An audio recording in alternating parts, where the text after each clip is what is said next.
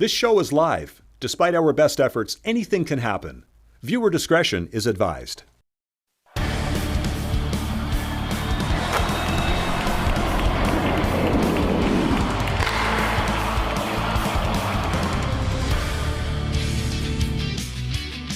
Nestled into the Appalachian Uplands, here we are on the banks of the Restigouche River in Campbellton. So many mountain ranges around us as 12 teams looking to reach the summit of the Maritime Hockey League. And the start to that pursuit begins at the draft. Welcome inside the Campbellton Memorial Rink. It is the Maritime Hockey League Draft. The first two rounds live on Eastlink Community TV. And welcome to the desk. We packed everything up into the trucks, had it right up to northern New Brunswick, the furthest edge of the Maritime Hockey League, but we are on the edge of our seats waiting for the selections here, rounds 1 and 2 today on Eastlink, and you can follow us rounds 3 through 12 on the MHL.ca. Dayton Camo, Aiden Roberts, and the entire crew here. Dayton, we are in for some excitement today. Again, these are kids, the opportunity to launch their careers in junior hockey. For some, it's the first step on the ice for their communities to represent with pride those jerseys that they grew up watching, and this is a big chance and a big day for these young hockey careers. It's definitely a big day for these kids. You mentioned a lot of them are going to be starting to play for these teams that they've admired all their way up in their hockey careers, but some of them are going to be getting shipped off, I should say, to some places that they may never have been, and some new familiar places that are going to welcome them in their hockey careers. Well, you think about teams that you've watched these clubs come in and out of communities. You think you're in Truro and you see Campbellton, you're a young player, and all of a sudden you're a part of this Tigers organization.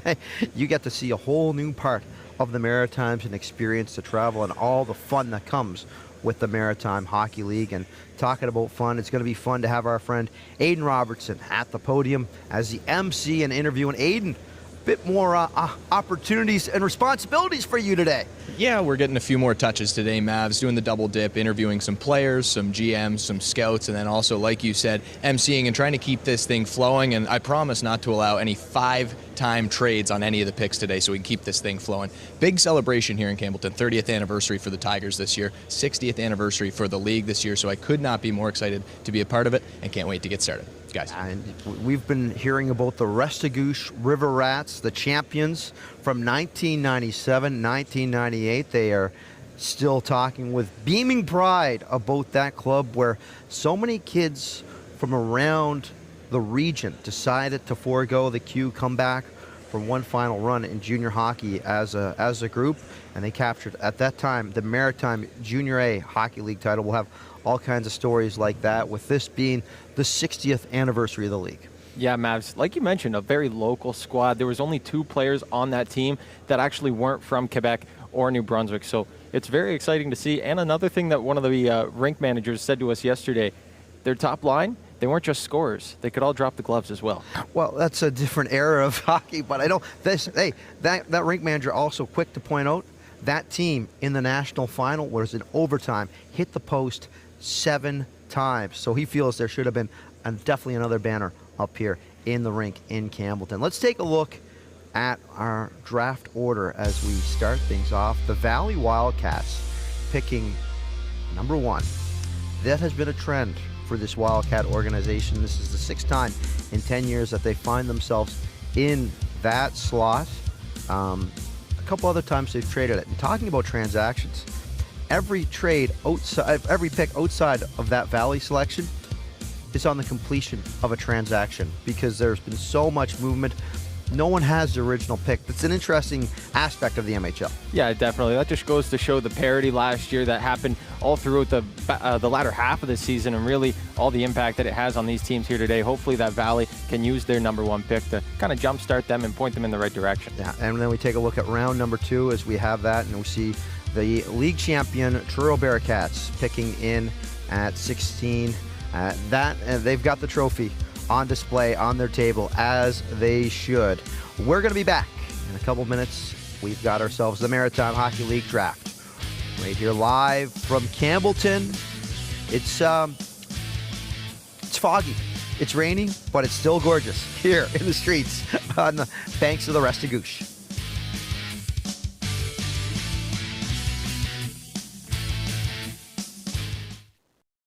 You're watching the best source for local sports, Eastlink Community TV. Please visit eastlink.ca/local sports for our full schedule. Janice's kitchen has no power. Instead of searching for providers in her area, calling around, and waiting on hold, Janice decided to be her own electrician. Don't be like Janice. With Go Local Quote, simply select the category, describe the job, and we'll connect you with trusted providers in your area. Go Local Quote. Let local business come to you. With TiVo Stream and the TiVo Stream app from Eastlink, your shows go where you go. Catch live TV, sports, and all of your favorites in one easy place, at home or on the move. It's a flexible way to watch without missing a moment. For advertising opportunities on Eastlink Community TV, please email eastlinkTVads@eastlink.ca.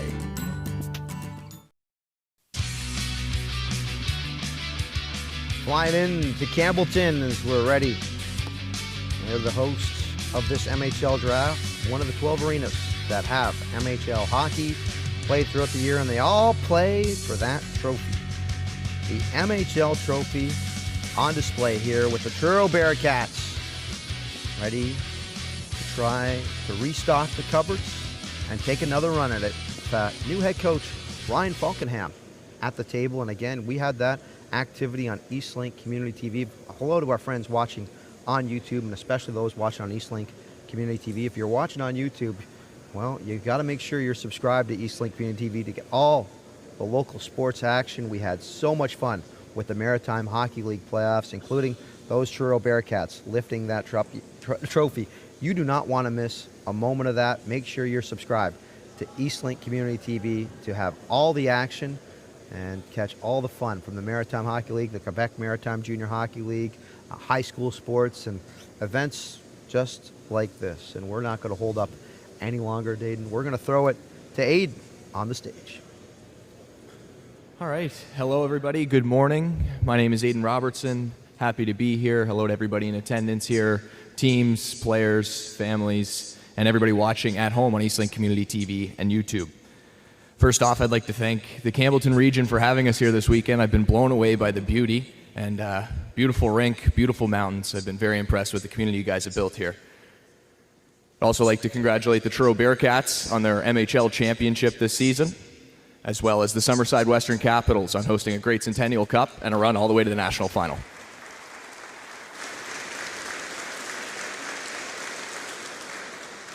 For me, the MHL is a league that I grew up watching at home on Eastlink, and to be able to call games in this league this year and be a part of this event heading into the 60th anniversary of the league is truly a full circle moment, and I'm very thankful for this opportunity. Enough about me. We're going to get to the good stuff here. I'd like to bring up the Honorable Gilles Lepage, the Minister of Environment and Climate Change for New Brunswick.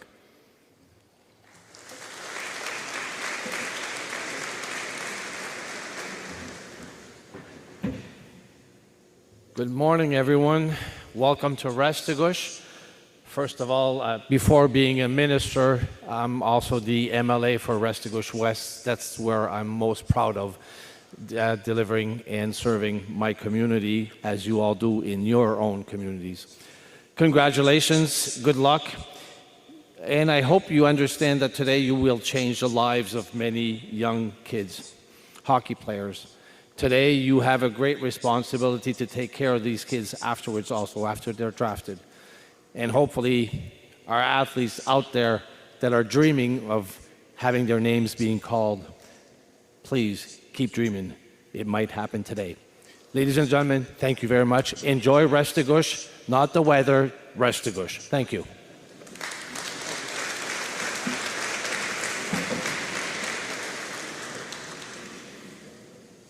Thank you, Jill. I'd now like to invite up the Mayor of Campbellton, Michelle Soucy.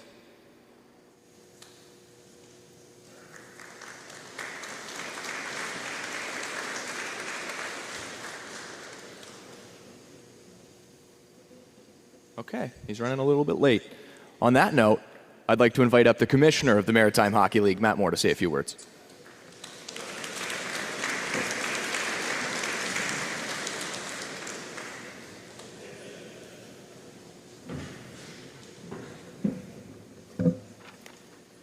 Thanks, Aidan. Bonjour, Campbellton, and welcome to the Maritime Hockey League Draft.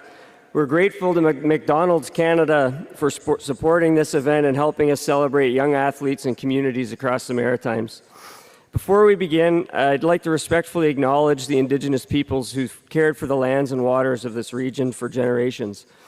We recognize the history, culture, and continuing connection to this territory, and we offer respect to elders past and present.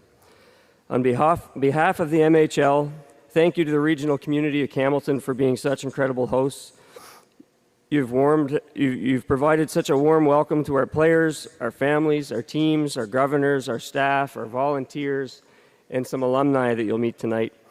And thank you to our fans for such an incredible weekend. I also want to thank the organizing committee, Skip and his team, the Tigers organization, and our league staff, and all the great volunteers that came out to support us today. The work behind the scenes to make this event successful doesn't go unrecognized. It's fitting that we gather at the Campbellton Regional Civic Center today, a facility with tremendous hockey legacy. For decades, it's been more than a rink to this community. It's been a gathering place, a home for memories, and a symbol of the important role that hockey plays in bringing communities together. This season marks the 30th season for Junior A hockey in the Campbellton and Restigouche region. It's a remarkable milestone that reflects the dedication and the pride this community has shown for over 3 decades. It also marks the 60th season of the MHL. From its beginnings, this league has been built on community, opportunity, competition, and belief that young players in the Maritimes deserve a strong place to develop, compete, and to grow. Today, the MHL is represented by 12 vibrant franchises from across New Brunswick, Nova Scotia, Prince Edward Island. Together, they form one of the most respected Junior A leagues in the country, known for strong competition, outstanding facilities, passionate fan bases, and warm maritime hospitality. I believe the MHL offers the best playing experience in the country at the Junior A level, and that's something that we should all be proud of. The strength of our league is also found in the coaches, the trainers, the officials, the billet families, the volunteers, the sponsors, arena staff, and all the great community leaders. But today, let's give a round of applause to the incredible scouts. Let's put our hands together for the scouts in the room. Much of your work happens behind the scenes in cold arenas without a lot of recognition. And the caliber of our league and today's celebration, I want to make sure that we acknowledge you. Congratulations to the Truro Bearcats on an outstanding season and the victory of capturing the Metal Fab MHL Cup. Winning a championship requires commitment, sacrifice, leadership, and belief, and the Bearcats demonstrated all of those qualities across the playoff run. We also want to recognize the Summerside Western Capitals and the City of Summerside for hosting the incredible Centennial Cup. The Western Capitals, their fans, the volunteers, the host committee, and the community represented the Maritime League with tremendous pride on a national stage. Today, however, is about the future. So to the parents and the guardians and the minor hockey coaches that are here, the volunteers, those who helped these young players reach this moment, thank you. Days like today are made possible by your sacrifices and encouragement. To the players who are going to hear their names called today, this moment you've earned through years of hard work, early mornings, long drives, practices, games, setbacks, and successes. Being drafted into the MHL is not the finish line, it's the beginning of new opportunity for you. And your preparation matters. So how you train this summer, how you take care of yourself, how you carry yourself is important along the journey. And we want to make sure you come into your training camp prepared. So come ready to compete and ready to learn and ready to earn the trust and respect of your coaches and your teammates. The Maritime Hockey League is committed to developing these young men who are prepared to succeed in the game and in life. It's about discipline, respect, accountability, teamwork, humility, and leadership. It's about representing your family, your community, your team, and the Maritimes. The memories you make in junior hockey will stay with you forever. The bus rides, the difficult losses, the wins, the road trips, the community events. It's all going to be part of your journey, and those memories will last a lifetime. Before beginning the draft, I'd also like to recognize the recent passing of two individuals who've made meaningful contributions to hockey in our region, Forbes Kennedy and Bill Riley. Forbes was known for his toughness, competitiveness, and tremendous tenacity. His passion continued behind the bench, where he contributed to the MHL as a coach and helped shape young players through his experience, his intensity, and his commitment to the game. Bill was a true trailblazer whose influence extended far beyond the score sheet. In addition to the doors he opened through his playing career, Bill contributed to the MHL also through his coaching and his leadership. His impact continues to be remembered with great respect. So on behalf of the MHL, we offer sincere condolences to the families and friends, to the Amherst Ramblers, to the Summerside Western Capitals organizations, and to everyone across the hockey community who was touched by their lives and contributions. At this time, I'd ask the room to please join me in a round of applause for both Forbes and Bill's contributions to the game.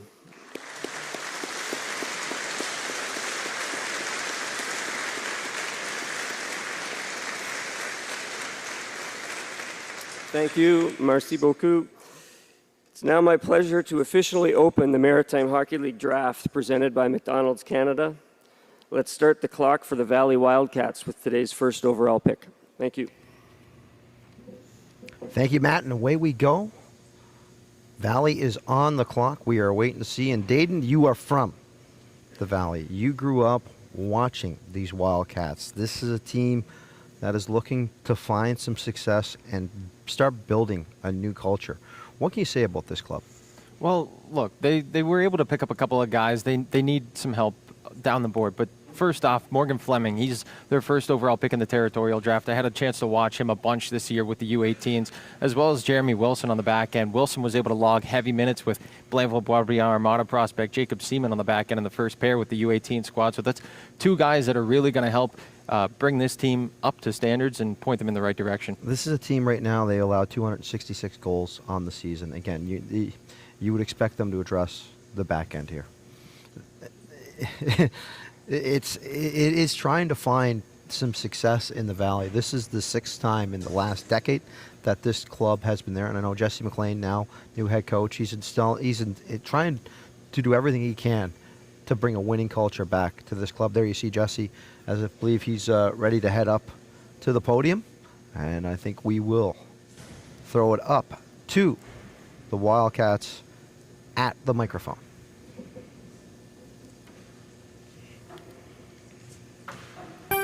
First of all, we'd like to thank the city of Campbellton and the Campbellton Tigers for the hospitality the last 2 days.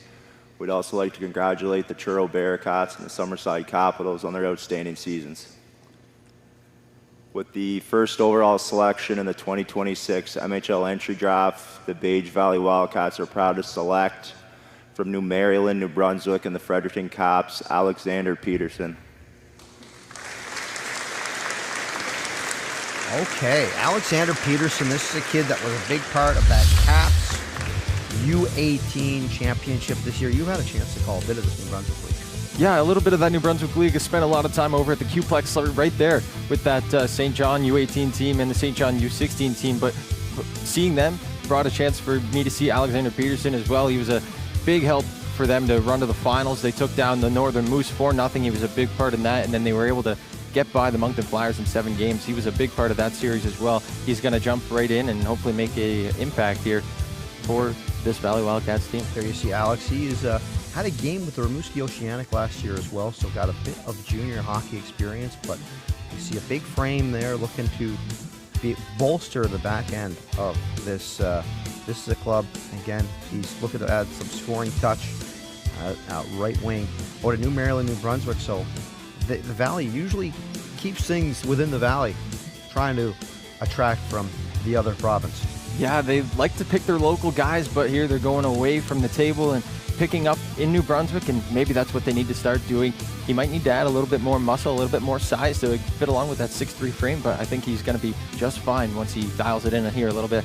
17, expect him to hop right into training camp and compete for a spot on that depth chart. And I believe Alex is going to be standing by with Aiden Robertson. They're getting themselves set for an interview. We'll throw it over to Alex and Aiden.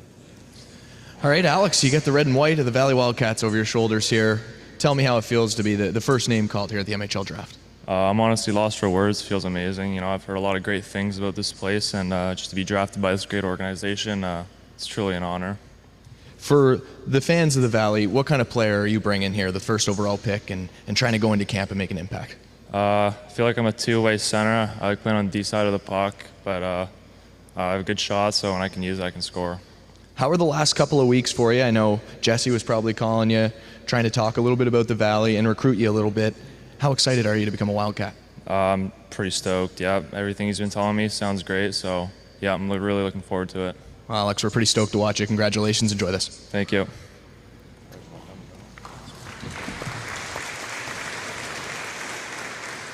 From Caps to Cats, Alex Peterson, ready to go make an opportunity for himself in that forward group. We go from the Valley Wildcats on our way over to the Yarmouth Mariners, picking 2, and uncharacteristic for this Mariners club. Again, another missed playoff for them. Laurie Barron, the head coach, general manager, owner of this club, of course, came out and made sure to let that community know that junior A hockey has definitely got a big future in Yarmouth, and wants to ensure the fan base they are looking to put a winner back on that ice.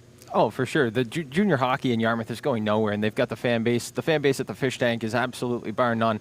And look, they might be going into a little bit of a rebuilding situation, but like they sent Loic Miron away and Tucker Mackinnon away for this season, and it's going to be tough to fill those spots. But when you do have guys like that and bringing spots into a community in Yarmouth that really welcomes players in, it's not going to be that tough for them to really build a franchise that can compete going forward here recently. It certainly is exciting, and every time we catch the crew down from Yarmouth in the Fish Tank, I know it's one of the most passionate fan bases in the Maritime Hockey League, and I believe we are ready for the Mariners. I believe Aiden is set to call them up to the stage.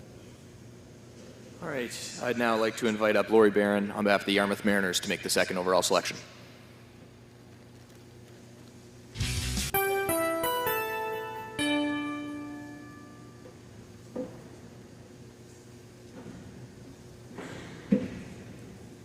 The Yarmouth Mariners would first like to thank the city of Campbellton for their hospitality, and the Campbellton Tigers, thanks so much. Congratulations to the Truro Bearcats on a wonderful season and a championship, and also Summerside for hosting a national championship and making us all proud. Both Truro and Summerside did a fantastic job at the Nationals. The Yarmouth Mariners are proud to select from Dartmouth, Steel Subaru, Matt McDonald. Matt McDonald, speedy center up on the wing there. You see him finishing plays with the Steel Subaru. Great program that Steel Subaru Club is. McDonald, 26 points, 29 games this year with the Subs. And we will go back to his Dartmouth Whalers U15 days, 47 points, 33 games played. He's a Dartmouth kid through and through, and we'll talk about last year. One of the highlights we saw there, he's getting fed by Max Bryan. When you got a guy like that on your line, you're going to be capitalizing, you're going to be scoring lots of goals, and Matt McDonald made sure to do tons of that this year with the Dartmouth Steel Subaru. Had a chance to call a bunch of his games this year. He was one of their top players all season long, always catches your eyes out there on the ice. Well, he's catching eyes with Aiden Robertson on the Zoom call. Aiden, take it away. All right, thanks, Mavs. Joined now on Zoom by Matt McDonald, just selected by Yarmouth. Matt, you're staying within the province of Nova Scotia. You're heading up to the Fish Tank. Tell me about the feeling being drafted by the Mariners here at number 2. Yeah, I'm super excited. I've heard great things about the organization from some of the guys from my team, and excited to get down there for camp. Now, this is a team that historically, very strong organization in this league. Have you heard from any guys who have played in Yarmouth in the past, maybe currently on the team, about what you can expect at the Fish Tank this year? Yeah, I know they have a great fan base, and they're always supporting, and super excited to see what it's all about. We saw you play very well at the U18 level this year, drafted in the queue a couple of weeks ago. How do you think that your game translates to the junior level of hockey? Yeah, I think I'm a good two-way player who can play in all 3 zones, be trusted, and a whole bunch of situations, and I think I can bring those skills to Yarmouth. Well, Matt, thank you very much for joining us here today, and congratulations. Thank you.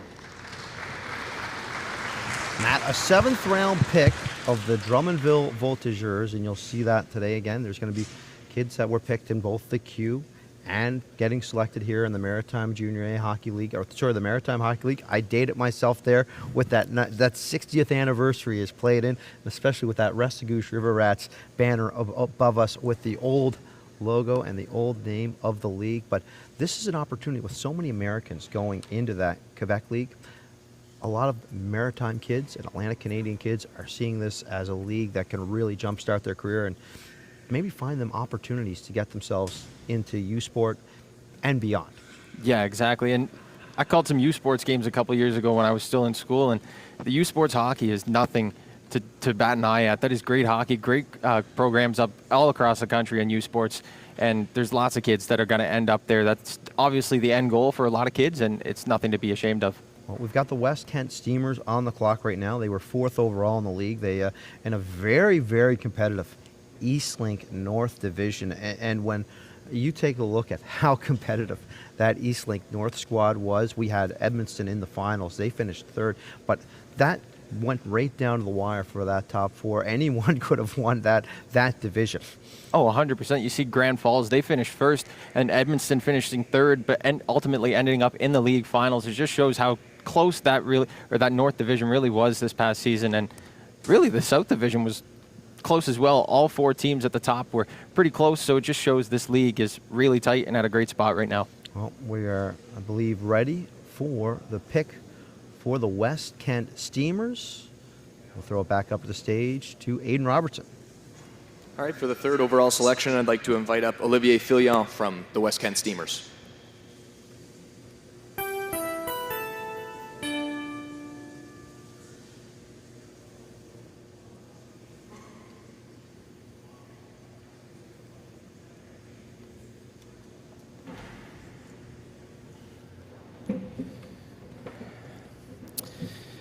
The West Kent Steamers would like to thank the City of Campbellton and Campbellton organization for great hospitality this weekend. We would also like to congratulate the Truro Bearcats for their great season and championship, and also the Summerside Capitals with a great host at the National and making it in the final. You guys made us proud. With the 3rd overall pick of the 2026 draft, the West Kent Steamers are proud to select from the Moncton Flyers and the community of Dieppe, Miguel Duplessis. All right, so Miguel Duplessis, this is a kid that was an MVP at the CCM Challenge Tournament in Chateauguay in 2023-2024. 12th round pick by the Wildcats 2 weekends ago. So he is he's consolidating his hockey around the Dieppe Moncton area, as West Kent not far from Moncton. What do you know about this kid? Well, I know that Miguel Duplessis had an insane season back in his 2nd year in U15. 79 points in 32 games, Mavs, and then ultimately up with the U18 club as a 16-year-old. That's not really something that happens all the time unless you're a highly skilled 16-year-old. So that just shows what this kid can bring, and hopefully he brings a lot to West Kent in the future. 44 goals, 35 assists in that season. A real power play specialist. And when I take a look at West Kent on the power play last year, 21.4%. So he's going to fit right in there and try to bolster that rating there, especially when he gets the opportunity to don the jersey of the Steamers. Especially on the special teams. If you can make a difference, you can definitely make a difference with this organization for sure. And he's going to get a chance to speak with Aiden Robertson. All right, joined now on Zoom by Miguel. Miguel, walk me through the feeling here, hearing your name called. You're selected to West Kent at number 3. Yeah, being selected close to home, it's always a great feeling, great organization, and I can't wait to get started. Coming out of the Moncton program, you were drafted in the 12th round of the Wildcats last week. For the fans of the Steamers, can you tell us what kind of player you are and what you're going to bring to the table here? Yeah, I think I'm a forward, he can make the nice plays, but he's got a dog side on the game. Hard work ethic, I can bring that dog side and create nice scoring plays. There was a really good quote from the commissioner, Matt Moore, here at the start of the draft about how the MHL isn't the ending, it's just the beginning. Do you think you can use this league as a tool to develop yourself and try and take the next step? Yeah, if I could play a season at the junior A level and develop, it could get me ready for another level. And I heard such good things about the league, high competition. And just like I said earlier, I can't wait to get started. Well, Miguel, thank you for doing this. Enjoy this. Congratulations. Thank you. Thanks again, Miguel, for joining us here with the West Kent Steamers. Now with the hat on, ready to go, and staying very, very close to home. Back on the clock, though, from West Kent. Now we go to the Valley Wildcats, their second pick here in the first round. Already taken Alex Peterson, a center, in pick number 1. So we are set for the Valley Wildcats, who originally got this pick from the Yarmouth Mariners. Dayton, where are we seeing this movement here? Well, they already picked a forward in Peterson, so I would expect them to more than likely go to the back end and try and level things out like they did in the territorial draft, picking 1 and 2 from each position. But we'll see how they go. Maybe they'll look to upload on the front end and get some scoring touch. Who knows? Well, I believe we are set. We will throw it back to Aiden at the desk. All right, for the 4th overall selection, I'd like to invite Jesse McLean of the Valley Wildcats back up.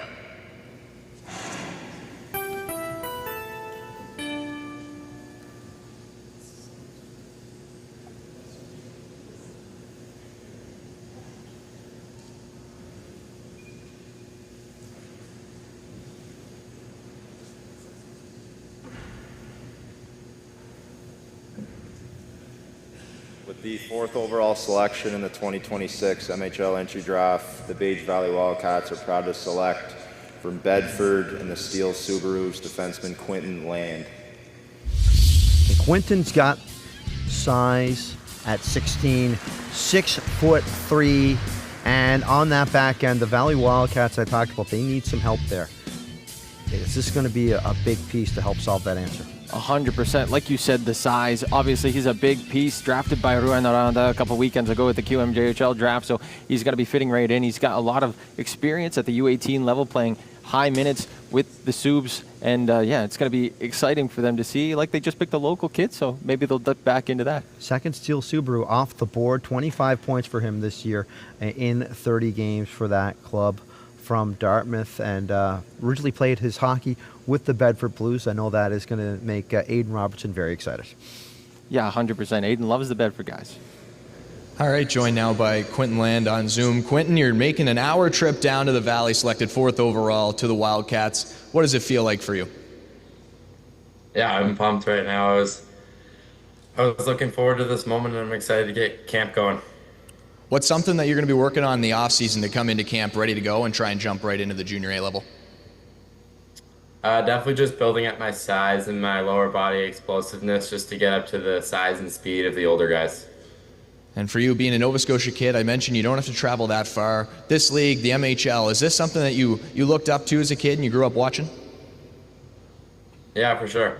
And I also view it as a really good stepping stone to achieving different and higher leagues, and I think it's going to be a good season in the Valley. Well, Quinton, we're looking forward to seeing you take the ice at the Apple Dome. Thanks for doing this. Thank you.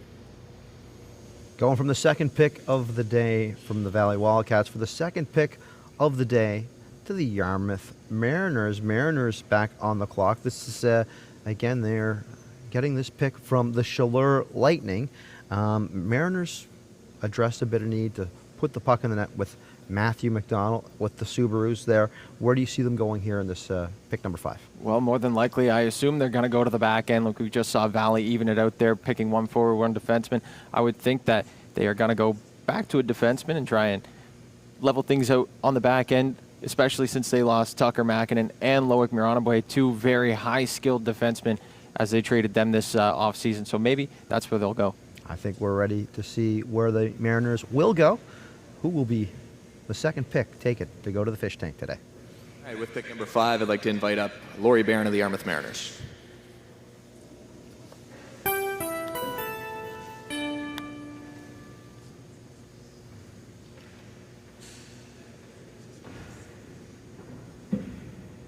First of all, Yarmouth would like to congratulate the Edmonton Blizzard for a great season and winning the North Division. With the 5th pick overall, the Yarmouth Mariners are pleased to select for Rothay Netherwoods, Conception Bay South, Drew Moores. First kid from our RNS off the board. This is a very interesting Newfoundland prospect, 5'11", out of Conception Bay. So played for Team Newfoundland at the Gatorade Challenge, had some opportunities with the in the Q Cup, and again, Newfoundland hockey is certainly on the rise. Well, you just mentioned that, and there's a specific kid that I played against from Conception Bay, so Alex Newhook, look where he's gone. So maybe Drew Moores can take a little step in, or a page out of his book. But Drew Moores is one of these kids that's got high skill. I look back to one game, the quarterfinals at the Ice Jam. RNS was able to shut down the Halifax Max. I've never seen a team do that this season, and Drew Moores was instantly a part of that, scoring shortly into that game, adding an assist. He was a big part of that game and a big part of his team's run to the finals there at the Ice Jam too. 61 points in 53 games for Drew at the U18 level with Rossay this season, and I believe he's standing by with Aiden. So I check over the shoulder. Aiden, you're good to go. Drew Moores from Rossay to Yarmouth. How did it feel to hear your name called at the number 5 selection heading down to play with the Mariners? Yeah, it's a great feeling. Coming off a pretty good season, I was super excited to be a part of Yarmouth. Heard nothing but good things about it, so I look forward to it. 63 points in 51 games is definitely a pretty good season. Drew, do you think that'll translate to the Junior A level? Yeah, I think, I'm a player who has a pretty high hockey IQ, and I think, I have the ability to, make my plays at a fast level. So, I think I need to get a bit stronger, faster, and hopefully, it'll translate over to the junior level. What do you know and what have you heard of the legacy of the fish tank down in Yarmouth?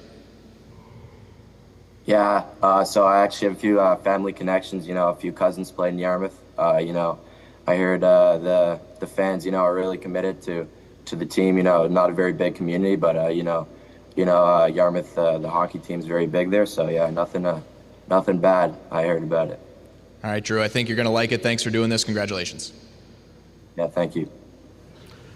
Drew twice playing for the Irish Prospect Selects at the Montreal Meltdown. So if it doesn't work out for him for Hockey Canada, maybe he's going to find a way on an international ice hockey team for Ireland. Who knows? Maybe that'll be the case. We did see an Irish team coming to Nova Scotia a couple of weeks ago. It was on the news. I got to cover the Irish Saints 2 years ago when they had a little tour with Bedford. It was certainly a lot of fun to watch those young lads and lasses take on some of the competition around Nova Scotia and have an opportunity to play hockey. They'll drive 6 hours to just get to a practice over an hour. So they're working on getting some ice there. Maybe now from Irish ice hockey, we go back to the Maritime Hockey League. Edmonton on the clock. This is a club that finished second in the league, lost to Truro. What do you expect out of them here today? Well, I expect nothing less than just a team that's ready to compete. They were at the final level, and look, they might have some guys moving on, but I think this is a really skilled team that still has a bulk of this roster that was with them last season. They'll be looking to push forward and make a strong run here in the North Division once again. I believe Edmonton is ready to go. We'll throw it back to Aiden. For the 6th overall selection, I'd like to invite up Steve McPherson of the Edmonton Blizzard.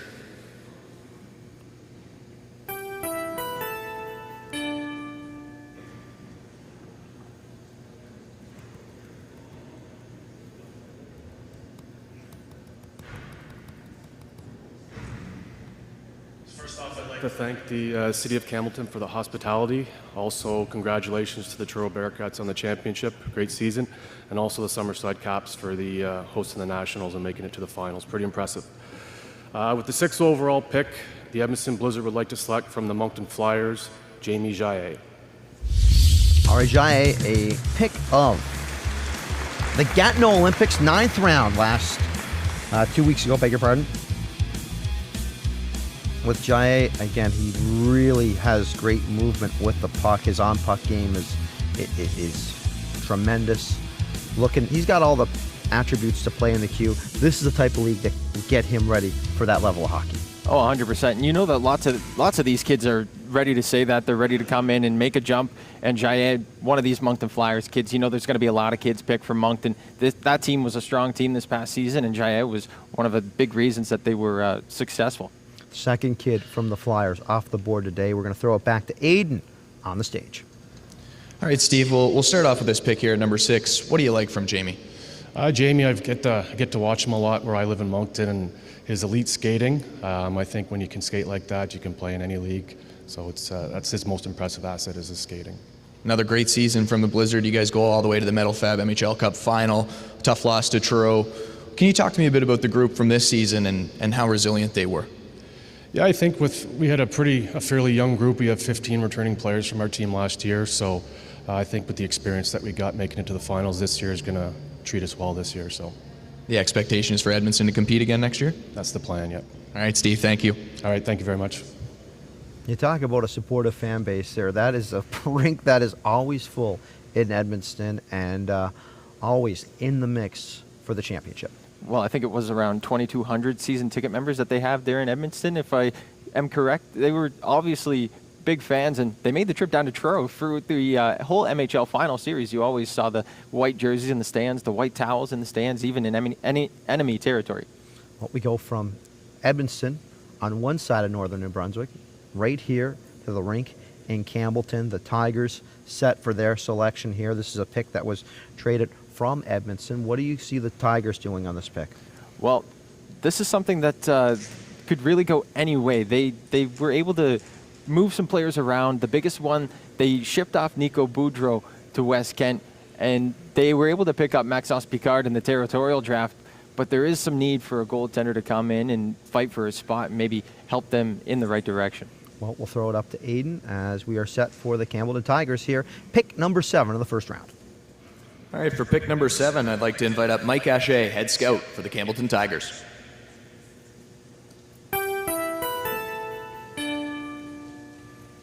Campbellton missing the playoffs this season. It was a tough second half of the year for the Tigers. Things were going well, and then all of a sudden it went into a nosedive. Let's see if they can pull it back. Thank you, everybody, for coming and enjoying the North Shore with us for a little bit. Congratulations to Truro, to Summerside, putting on a great show for our league and showing that we can play with the best. With the 7th overall pick in the 2026 MHL Draft, the Campbellton Tigers are proud to select from the Moncton Flyers and the City of Moncton, Nathan LeBlanc. Third flyer off the board, Nathan LeBlanc, an Eagles draft pick. I believe it was picked in the 8th round for the Cape Breton Eagles, and is looking at the finer details of his game and really just good on the passing game. Able to distribute that puck well. What do you like with Nathan? This is a forward with size, 6'1", 185 pounds. If only I had that size. This is a guy on the left wing that's going to be burning down and burning guys wide, able to get into the corners in the front of the net, the tough areas, as they like to say. Well, he's making the long walk down to the stage as he leaves the Maritime Hockey League green room, and he's going to be going to put on the jersey. LeBlanc, he was a first-team All-Star in U15, and again, as I look at his stats, overall in the U15 league, 113 points over 2 seasons. Last year, U18, 28 points in 38 games for him. And you do see the size there as he is greeted by the Campbellton crew. And looking to make the most of an opportunity here for Campbellton. He is, they talk about him being have that breakneck speed and also a very big leader in the room. Oh, 100%. And that's something that coaches are going to look at. You see a guy with leadership qualities, and that's obviously someone that you can build around and someone that you want to have in your dressing room. So good stuff for Nathan LeBlanc for having that quality around him. Now you got Nathan making the trip up from Moncton for the opportunity to be here at the draft in the 60th anniversary of the Maritime Hockey League.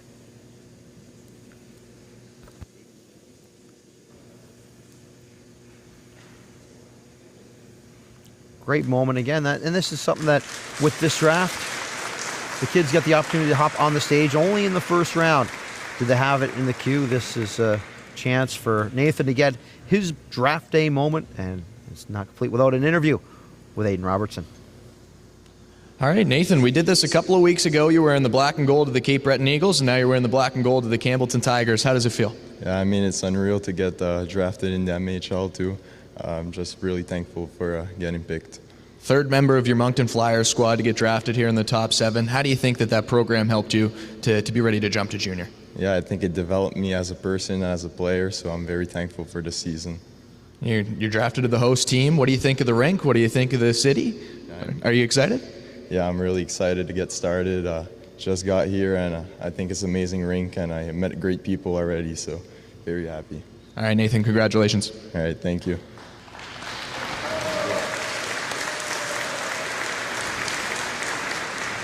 Great stuff there. And again, going from, we'll see what he has with Eagles camp. We'll see what he has with Campbellton camp, and opportunities abound. Plus, he, could be a member of that Moncton Flyers team, because a lot of these first-round picks, again, you're looking at picking for the future for your MHL clubs, and they might need another extra season in U18, but we'll see what happens there. 100%. Another extra season is never bad, but I remember back a couple of picks ago, and there was some kids that were really excited, and they really wanted to get going into the MHL. So I expect a couple of these kids might actually make the jump next season. Who knows? Well, we're going to make the jump back to the stage. Aiden Robertson standing by with the mayor of Campbellton. All right, before we get on to pick number 8, I'd like to invite up to the stage the mayor of Campbellton, Michelle Soucy.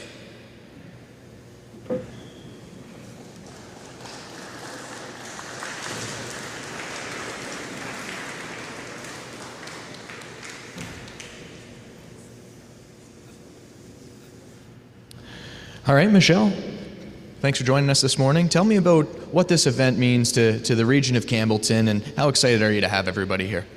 I'm so excited to see all of you around here today. And for the city of Campbellton, it means a lot because we want to show what we have in our region. We have a nice area. You can just take the time to look outside the river, the mountains, and the people. And thanks to organizations such as the Tigers, we can showcase our area. And I feel so great about it, being newly elected and just wearing the new shirt I just got made yesterday for the occasion. And look, I feel very, very great about this. And I would like to take just a moment to welcome you all. And I hope that when you will leave in Campbellton, you will say, well, I'll come back. It's a big season for the Campbellton Tigers here, 30th anniversary for the squad. What does this team mean to this region? It means a lot because, people have to really think that when we have such an organization in this area, what it brings to the economy of our region. And not only the economy. Today I'm here with my grandson who is playing with the U9 section, and I'm saying to myself, well, that's a way to give them the opportunity to see players at a different level and give them the push they need eventually to become a player in maybe in the Maritime Hockey League. Well, Michelle, thank you very much for the hospitality. We'll keep an eye on your grandson in the draft in 2038. I hope so. Thank you. Thank you.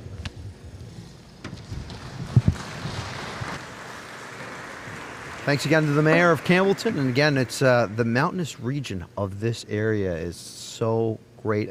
Shout out to Alex Lynch in the truck, who actually ran from his hotel up the Sugarloaf Mountain and back. He got to see more of the region than any of us, so he wins the prize. Back to Aiden on the stage. All right, for the 8th pick, I'd like to welcome back up Steve McPherson of the Edmonton Blizzard.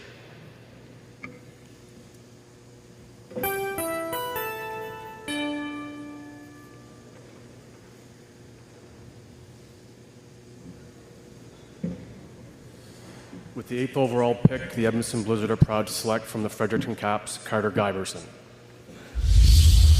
Carter, another young man that was selected in the queue 2 weeks ago, 5th round by the Sherbrooke Phoenix, member of that Fredericton Caps team that captured a championship this year. What have you seen out of Carter's game?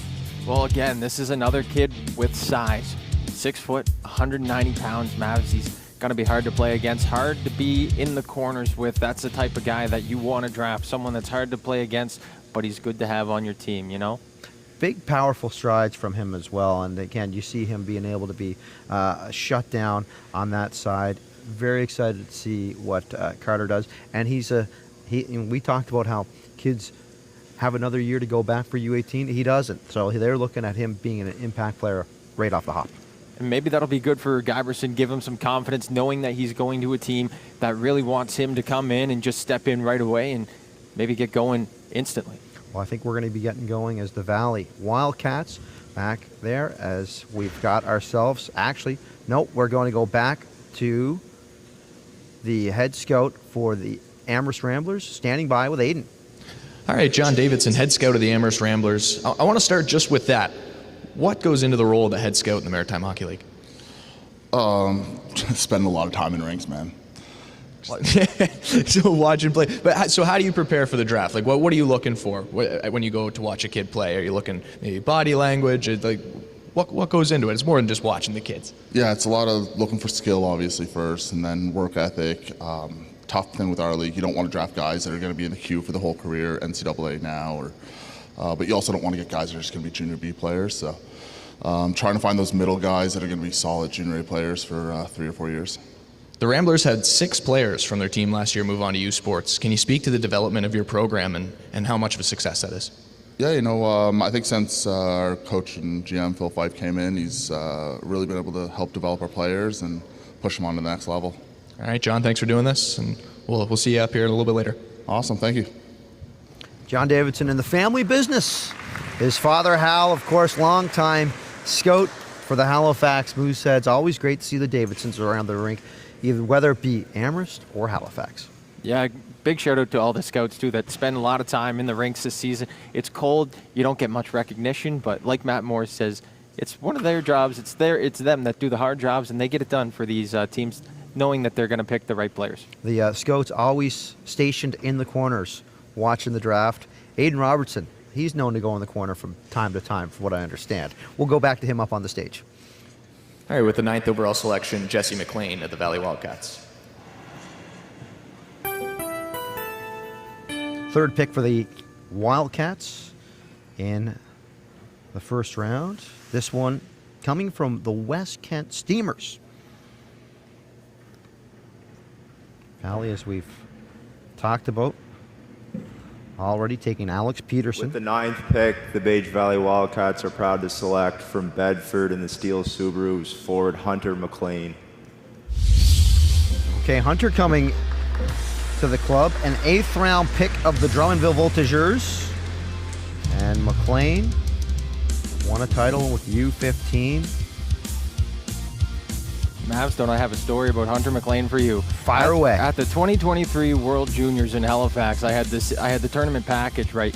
And there was a family from Bedford sitting next to me, and there was a 13-year-old who was about 6'1", and I looked and I said, "How old are you, buddy, and where do you play?" And he goes, "Well, I'm 13, and I play for the Bedford Blues AAA team." It was Hunter McLean, and here he is later on getting selected in the MHL Draft. He's still a monster out there, and this kid's going to be doing great things for the Valley Wildcats. After his rookie season with Steel Subaru, 16 points, 17 games, so a point-a-game player, and another member of the Subs taken here in the Maritime Hockey League Draft. A nice right-hand shot forward. He's good in around those tight in those tight areas with his hands. He's able to put pucks in the back of the net, no problem for Hunter McLean. So I'm happy for him and excited for that family. Yeah, it's exciting times as we move from the Valley. Yarmouth back on the clock for their 3rd pick of the first round. This pick coming from Grand Falls. So we've seen Laurie Barron trying to tinker here with that club as we are going back to Aiden on the stage. All right, Jesse McLean of the Valley Wildcats. You're getting your steps in up here 3 times in the top 10. What do you like from those 3 picks?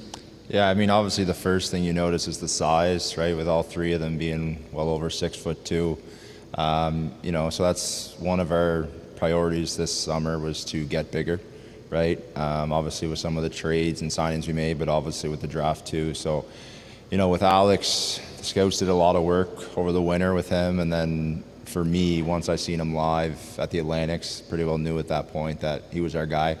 He's got the size, but he's also got a 200-foot game with and without the puck. He's used in all situations, versatile, can play center and wing, and he's a really good kid too.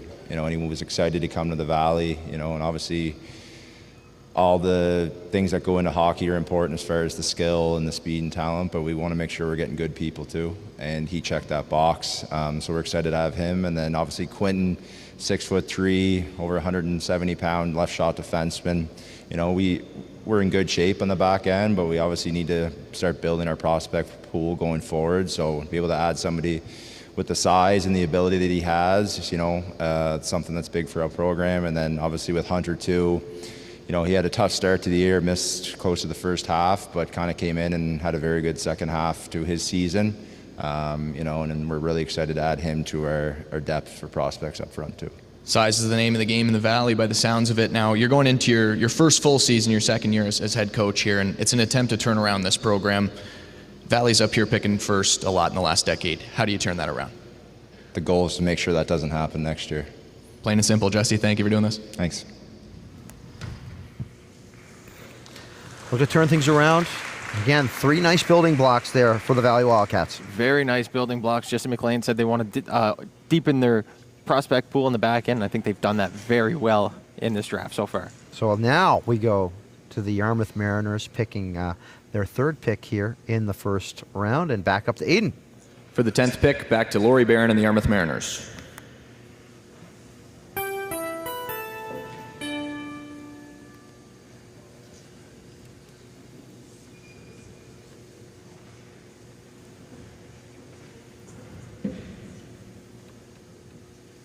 With the 10th overall pick, the Yarmouth Mariners are pleased to take from Calgary Edge School in Conception Bay, Newfoundland, Luke McGuire. McGuire, another Newfoundlander off the board. Played his hockey out in Calgary, so one of those kids from Newfoundland that gets a chance to broaden their horizons and see where the game can take them. Mavs, this Edge School in Calgary is known for developing some prospects, and there's one prospect that they've developed pretty recently, Landon DuPont, supposed to go pretty high in this year's NHL draft, or next year's NHL draft, sorry. So we'll see where that takes Luke McGuire, if he can take a little page out of that book. Another Newfoundland kid. The Newfoundlanders work hard. They've got the work ethic, and he's going to be a hard guy to play against. Well, we go from Luke McGuire to a guy who made the most of his opportunities in the Maritime Hockey League, the head coach, general manager of the new PWHL San Jose squad, Troy Ryan, standing by with Aiden Robertson. All right, thank you, Mavs. Joined here by Troy Ryan, new head coach of PWHL San Jose. Troy, being back here in Campbellton, you spent some time here. What are the memories that it's bringing back, being back in an MHL draft? Yeah, it's such an honor that Matt with the league reached out to me to bring me back to Campbellton for this event. Definitely enjoyed my time here. So great to connect with some people and just be in Campbellton and enjoy the scenery. Also great to there's still so many people in the room here that have either been a big part of my career, but just nice to see a lot of familiar faces on a lot of these teams. With all the movement and the craziness of in particular junior hockey today, what do you make of the status of the MHL and how I think we probably have a talent level we've never seen before in this league? Yeah, I think it's probably in the best place it's ever been to be here at 12 teams. I have a lot of new people involved in the league, but also a nice mix of some people that have great history within the Maritime Hockey League. I think it's a great league. It's in a great place and a great opportunity for everybody working within it. A lot of light today, and rightfully so, on the players, but for you being up here, there's a lot of coaches. You got 12 coaches of these teams in the room. What would your message of advice be to those guys trying to maybe move up in their careers? Yeah, I often tell people the Maritime Hockey League is probably, it's just a great opportunity if that's where you finish your career, but it's a great training ground.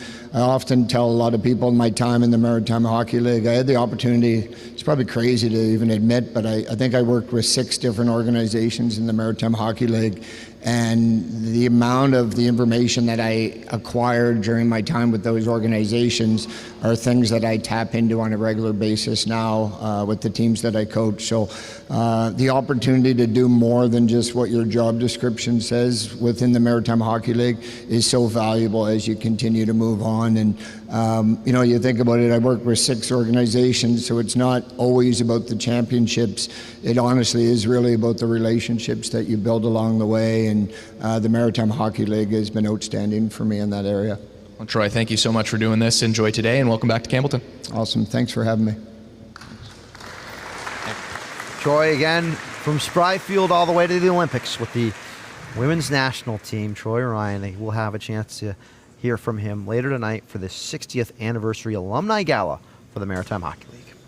Yeah, it's Troy Ryan's been doing a lot of coaching around the women's game recently, which has definitely helped the Toronto Scepters, especially in their first season, helped them build their team, and he's definitely done a great job. So my first experience with Troy Ryan, one of those 6 MHL clubs, no longer around, the Metro Shipbuilders, if you can go back to when Junior A hockey was being played out of the Dartmouth Sportsplex. Wow. Yeah, a long time ago. That's an old barn. Yeah, that is an old barn, an old team. This team, though, again, Grand Falls looking to make a splash. This is the 11th pick. They got it from Truro. What do you see from the Grand Falls Rapids? Well, they've got a new head coach, and that's one of the biggest things when you get a new head coach coming into the fold. And what's his plan? What is his plan moving forward with this team? And that's one thing that we'll have to see if they go goaltender, forward, defenseman on their first pick. It's definitely going to be interesting to see what Grand Falls does here. New era for Grand Falls. We go up to Aiden with the selection. For the 11th overall pick, I'd like to invite up Mathieu Martin from the Grand Falls Rapids.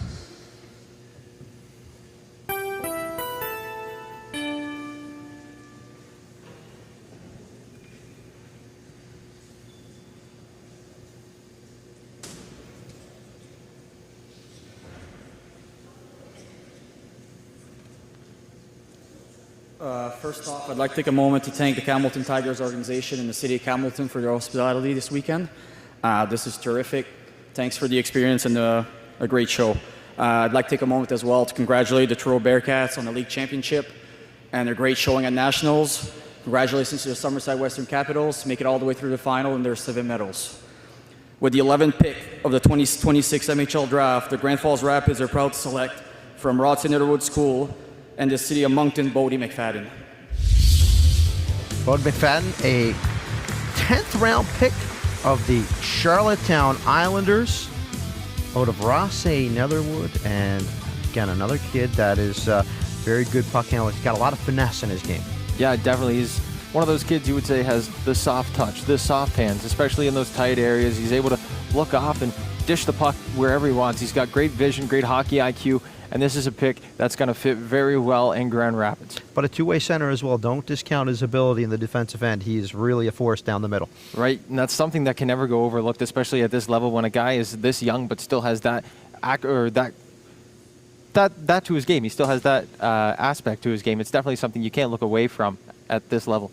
Well, you can't look away from the infractions of the game, because if you can be a force down the middle, but you got to stay within the regulations. If you get out of the regulations too many times, you end up talking with Todd Robinson.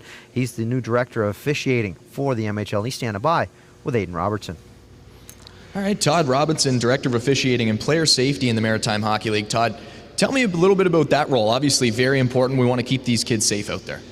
Yeah, that's really important. I mean, you look at these young athletes coming here today and their development, and our role has always been to keep that game as fair and safe as we can. And, you know, my role is new to the league in the last 6 months, and we really look forward to developing our own officiating program and structure to really help protect and grow the league and showcase all the talent that exists.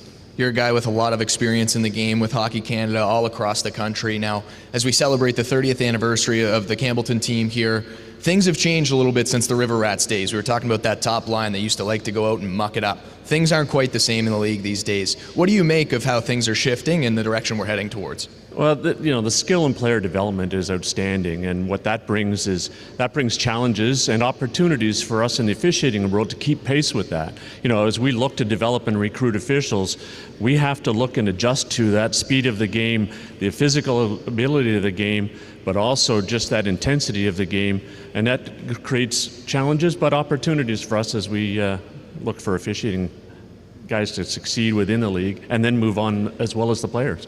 It's a thankless job, but the MHL referees do a great job. Todd, thank you very much for doing this. All right, thanks, Aiden.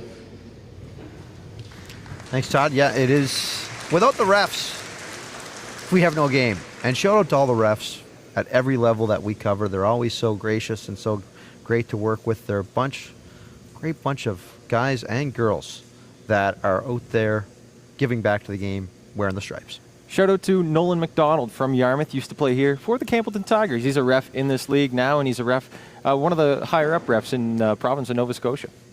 All right, we'll throw it back up to Aiden at the podium. I believe we got a little bit of movement happening. All right. With the 12th pick to Pictou, Matthew Kroll.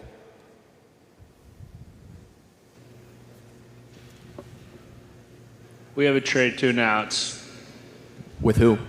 Grand Falls. Grand Falls, can you confirm the trade? Yes. Okay. I have the paperwork here. Grand Falls acquires the 12th overall selection in this year's draft in exchange for the 22nd overall selection, the 51st overall selection, and the 90th overall selection in this year's draft. Grand Falls, you're now on the clock. So Grand Falls moving pieces here to get this selection from Pictou. 22, 51, and 90. So, and that has them picking back-to-back to end round number 1. Yeah, it's definitely interesting the way you look at it, but this is what happens in the draft when teams want to move up and they think they have a better chance at selecting the guy that they want, and they might have their eye on a specific player here, Mavs, that could make an impact on their organization. In Grand Falls, 3rd overall this season, and lost the first round to the Chaleur Lightning. The Lightning scheduled to be first pick in round number 2. Pictou, again, we'll see Pictou later. They're scheduled to pick 10th in the second round, so we might have a chance to have a conversation with our friends from the Crushers as the table at Grand Falls, the Rapids. Those bright green jerseys, cannot miss them. They're beautiful. I'm a big fan of those jerseys, Mavs. I'm a big fan of all the jerseys at the back of the room. You see them there hung up along the stanchion. There you go. Get that logo out there. Get that logo with pride. The Rapids. Grand Falls, of course, hosting the draft last year that we did virtually. It's I did get a chance to drive through Grand Falls last summer. Beautiful spot. Absolutely beautiful spot. And again, the Northern New Brunswick, of course, we are mostly centered with Nova Scotia and PEI. That's why we have a big focus on the Eastlink South. But it's always fun to get up into the only bilingual province in Canada, New Brunswick. And speaking of bilingual, that's where you come in, Dayton. You're able to fill in those holes for us, eh? Yes, sir. Yes, sir. I am for sure. Perfect. And I think, are we ready to go back to Aiden up at the podium? I believe he is ready to go. No, we're just holding up there as the voices in my head telling me where we're going here. Of course, this is the final pick of round number 1. The paperwork finally being submitted and being taken care of. So much work was done outside of paperwork. The AGM for the MHL took place yesterday here in Grand Falls.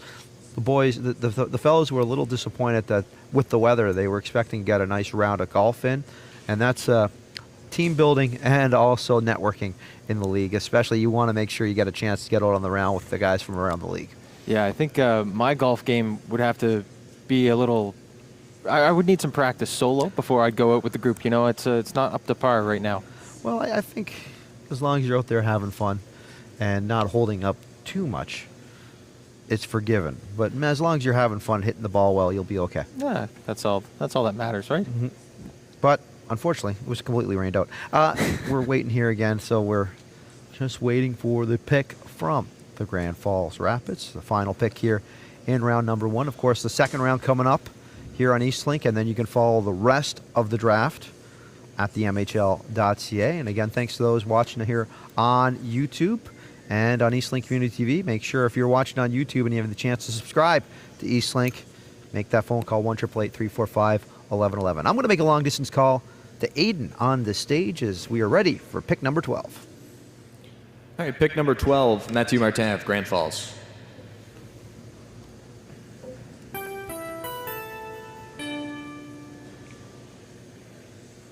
So they address the need up front. Will they be looking in between the pipes, or will they be looking at the blue line, or do they want to find more scoring touch?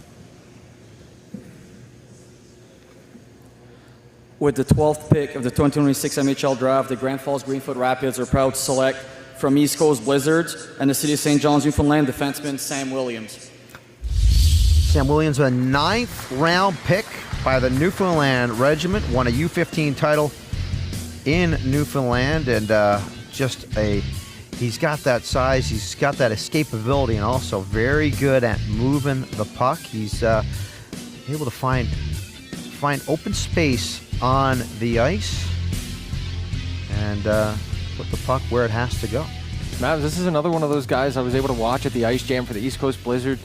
They took on RNS in a semifinal game, and obviously this is one of those guys that's big, he's strong, but he can also move the puck well. He's also another guy, one of those guys that was on that Irish junior team at the Montreal Meltdown. Well, we'll go from the luck of the Irish to the luck of Aiden Robertson. He's got an interview for us. All right, Matthew, a little bit of excitement there with the trade. You trade 3 picks away to go out and take Sam. What do you like from him? Just a puck-moving defenseman. We like the way he plays. He plays hard, moves the puck, skates well. And I think it's something we're looking for on our back end moving forward. And we also, just the way the draft was going to unfold a little bit, we didn't think he was going to be there when we picked at 22. So we just decided to kind of move up a little bit and be able to pick him. Now or never, I hear you. It was a very tough Eastlink North Division this year. What's the status of Grand Falls, and what are your expectations moving into 26-27? I would just keep working, right? I think it was a good step in the right direction last year. We made playoffs for the first time, got into the top of the division, so I think we want to keep competing. It's going to be a competitive division once again, so we just want to keep working and keep competing with the other teams. I think you're right, Matthew. Thanks for doing this. All right, thank you. One round down, one round to go for our live coverage from Campbellton. Stick with us, the Maritime Hockey League Draft. Live on Eastlink Community TV, second round coverage coming up after the break.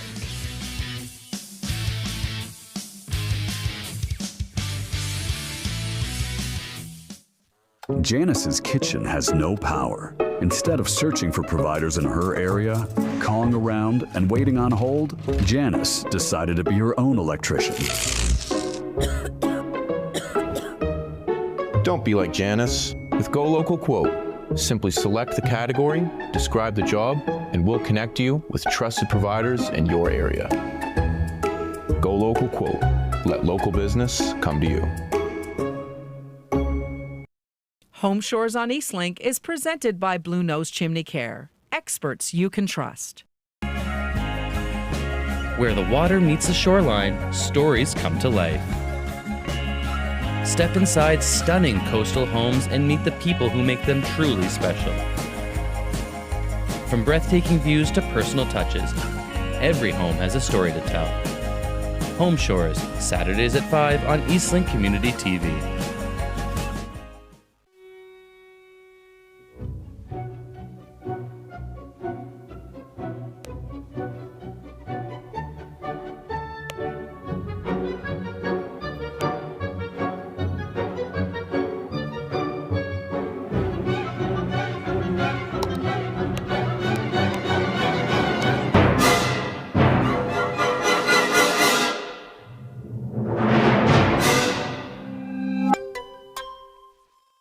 Nova Scotia Senior Baseball on Eastlink is presented by Go Local Quote. Skip the search and let local business come to you.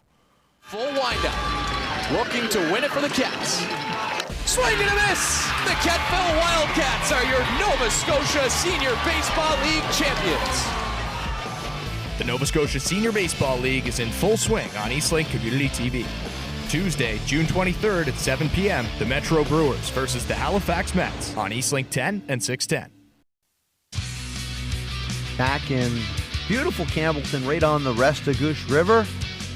There you see the J.C. Van Horn Bridge, which connects ourselves and Quebec, which is an interesting state of affairs because some of us, well, our crew staying over in Quebec, so it's a 1 hour time difference to drive 5 minutes. We've added that little wrinkle to our broadcast today, which is it was fun over in Pointe-à-la-Croix. Thanks again to our friends over there for taking such good care of us on this trip here in Campbellton, the Maritime Hockey League, and so excited to bring the TV truck and bring the entire show up the road here in northern New Brunswick. The show, this is a road trip for us. For these picks, they're staying at home. The territorial picks of the Maritime Hockey League Draft, where teams can able to forfeit their third and fourth round pick to take some of the kids that are close in proximity to their clubs, and they want to make sure that they keep local kids. Who are some of the names that hop out on the territorial picks for you, Dayton? Well, the first one that I mentioned earlier is Morgan Fleming from Valley. He played in the U18 league with Valley this past year, and he was a extremely highly skilled forward for them. And that's just one of the names that that jumps out for me. Another one is Park LeBlanc to Yarmouth from the South Shore Mustangs. He was a guy that actually was dominating in the playoffs coming down to the end of the season. He scored an amazing goal, a highlight reel goal that was all over social media against the Dartmouth Steel Subaru. A couple of guys that were picked there already. So Park LeBlanc, he's a kid from Yarmouth area that can definitely make an impact on this league. I like seeing that Jack Cameron and Lawrence Williams are staying in Pictou as, territorial picks to see what happens with them in their hockey career. We've seen when Pictou has success, it's when locals from that region decide to come back from other levels of hockey, get the gang back together, if you will, and go for a run with it. We've seen that time and time again out of the crew, out of Pictou. And then in Summerside, Riley Cormier and Cam Griffin sticking around in Summerside. The Western Capitals love to have their Islanders represented in those jerseys, and that's a big part of the success of Summerside, who, again, got to the national final. They hosted the Centennial Cup. So many reviews from Hockey Canada. Absolutely loved having the event in Summerside. A tremendous job by all involved with that. That's such a great rink over in Summerside. So much fun to do Maritime Hockey League broadcast from there. And shout out to Billy McGuigan, Pat McKeever, the entire crew. They take a reset after getting knocked out in an exciting semifinals against the Truro Bearcats. Regroup, retool, and are in that national final. An opportunity there. I know they wish they took the title home, but they represent this league so well. Oh, 100%. That was a great tournament for Summerside. And I definitely expect them to push back, and they'll be ready to go again this season, no doubt. Well, it's always competitive in both the Eastlink South, Eastlink North. We've got our first and second round break as they are wrapping things up here. The little conversations around the breakfast catering. You never know. That might be where some trade moves are being made. I'll send you this chocolate chip muffin for your 7th pick overall, or 7th round pick, if you will. Well, Mavs, some people might do some things for a chocolate chip muffin. If that involves a trade, who knows? Maybe not the best thing for a trade, but no. Yeah, who knows? Well, you never know. You sometimes have those type of deals made on the golf course. And again, hello to our friends watching on YouTube, our YouTube stream. We're proud to be bringing this to you live on a Saturday morning from Campbellton, and we've got so much coverage of local sports here on Eastlink Community TV. Nova Scotia Senior Baseball League action coming up this week. We've got some soccer coming up. We did a little bit of boxing from Truro last weekend. That was electric. I never thought I'd be that excited watching 2 9-year-olds in a boxing ring. Man, those kids were throwing haymakers with ferocity. It was a fun box, so of course the kids have the headgear. They've got the very weighted gloves to ensure that no real damage is done. It's an opportunity for them to get under the bright lights, but that was a lot of our sports coverage. Of course, you know us from our hockey. We do so much more. Make sure you have an opportunity. If you can subscribe to Eastlink, 1-888-345-1111. We'd love to have you along for the journey for the Eastlink Community TV Sports Magical Mystery Tour. Well, Mavs, you were talking a little bit about the boxing. I think the Restigouche River Rats top line, I think they would have been down there scouting Aiden and Odin last weekend. You want to talk about scouting? Wyatt Countway from the Truro Bearcats, a big part of their championship team. He was in attendance for the boxing last week, and I know he's trying to get into that fight game as well. Wyatt is, we talked about it with Todd Richardson. The glove dropping, not so much in the league, but Wyatt is not afraid for that type of contact, and he's looking to bring that aspect of his hockey game to a spot where it's encouraged in MMA. So hopefully we'll see Wyatt Countway hop into a cage real soon. I believe we're ready to hop back in for round number 2. Everyone's getting settled in as Aiden is set to get things back going on the stage. Just waiting for Chaleur here as they have the first pick in round number 2. We go Chaleur, Miramichi, Campbellton, Summerside, Miramichi, Truro, West Kent, Miramichi, Pictou, Yarmouth, and Grand Falls. That is the lineup to start things here in round number 2, and teams that we had not seen from that first round. It was dominated there by Valley, Grand Falls, as well Yarmouth. Yeah, definitely dominated by Valley, but I don't think they want to dominate the first round going forward. So that'll be something to change, and hopefully it does. Yeah, and take a look at some of the notable names from the first overall picks, as we see, like, Ethan Jones last year, Riley Bizot a couple of years ago with the Campbellton Tigers, goes on to win a Memorial Cup with the St. John Sea Dogs. Ethan Landry with the Valley Wildcats, he was a big part of that club, was in on the coaching staff. Marco Martin with Edmundston, Zach Boudreau, West Kent, Will Shearer with Campbellton, as we wait for the Chaleur Lightning, who are on the clock. We're getting things started with round number 2. Janice's kitchen has no power. Instead of searching for providers in her area, calling around, and waiting on hold, Janice decided to be her own electrician. Don't be like Janice. With Go Local Quote, simply select the category, describe the job, and we'll connect you with trusted providers in your area. Go Local Quote. Let local business come to you.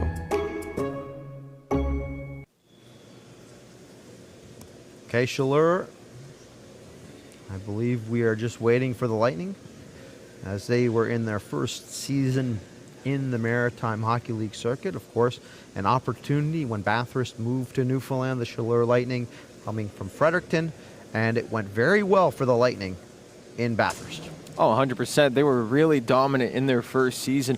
But what I'm looking at is a couple of trades that they actually made in the offseason. And the biggest one might be the rights of Hunter Hood back to the Valley. Hunter Hood, also a friend of the show, Mavs. You did a story on him in Windsor. But now he's heading back to the Valley Wildcats. So that'll be interesting to see what Hunter Hood's able to do. They also acquired Ethan Figueiredo. He's a American kid from Mount St. Charles, so that'll be interesting as well. Another one of those guys coming up to see what they can do north of the border. Well, we're ready for pick number 1 here in the second round. Back up to Aiden on the podium. Okay, we'll get going with the second round here with the 13th overall selection. I'll turn it over to George McIntyre, General Manager of the Chaleur Lightning.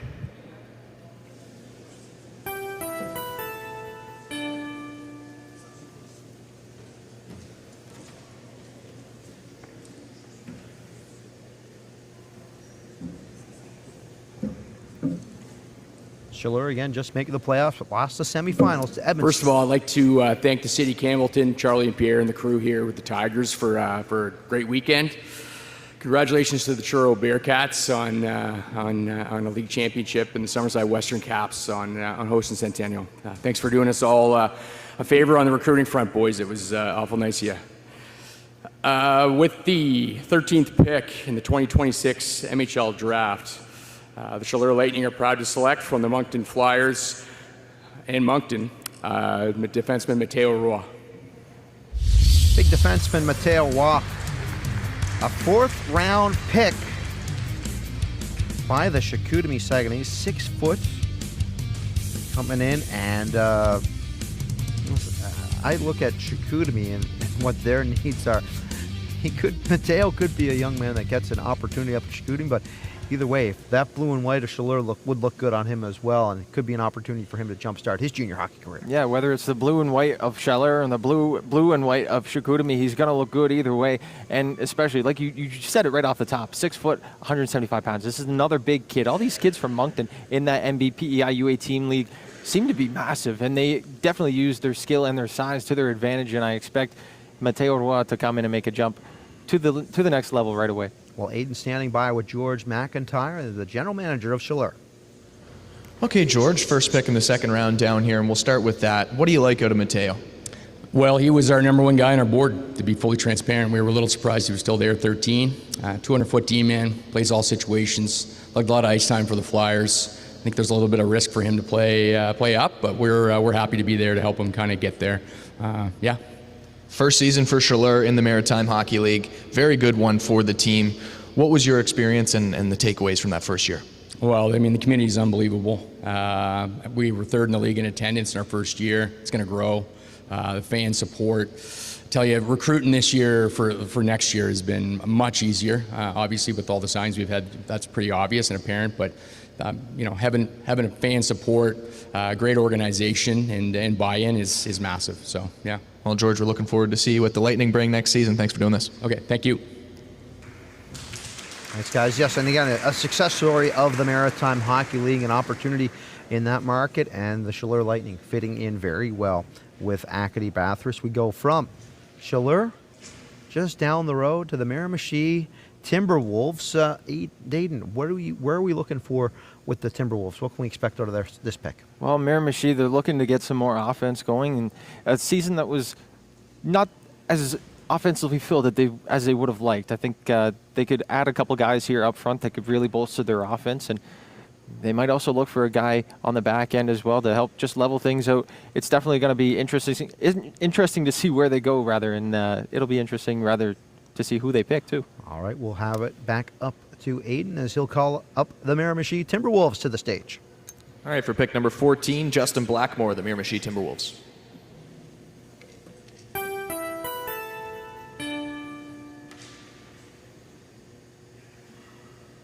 Miramichi missing the playoffs, last in the Eastlink North.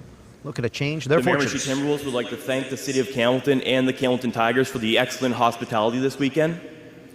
We would also like to congratulate the Truro Bearcats on winning the Metal Fab MHL Cup, and also the Summerside Western Capitals for not only hosting, but also making it to the finals at the Stennial Cup. With the 14th pick of the 2026 MHL Draft, the Miramichi Timberwolves are proud to select from the Moncton Flyers and the community of Dieppe, New Brunswick, Marc-Olivier Ouellette. Marc-Olivier Ouellette, a 12th round pick of the Rimouski Oceanic. As you see, a big left defenseman looking to shut things down. You said they could.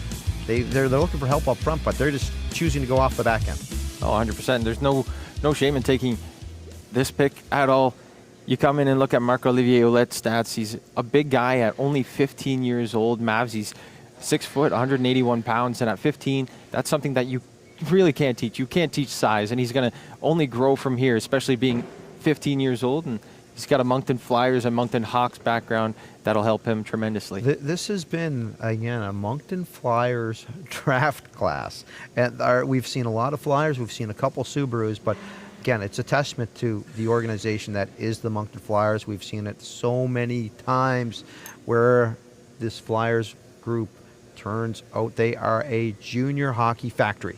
Yeah, a juggernaut, some may say, in the junior hockey, especially in the NBPEI U18 league. They're definitely one of the top dogs. They took Fredericton to a Game 7 in the finals, so if that doesn't say anything. Well, I believe we are ready as we have the Campbellton Tigers ready for pick number 3 here in the second round. For the 15th overall selection, I'd like to invite back up Mike Ashe of the Campbellton Tigers.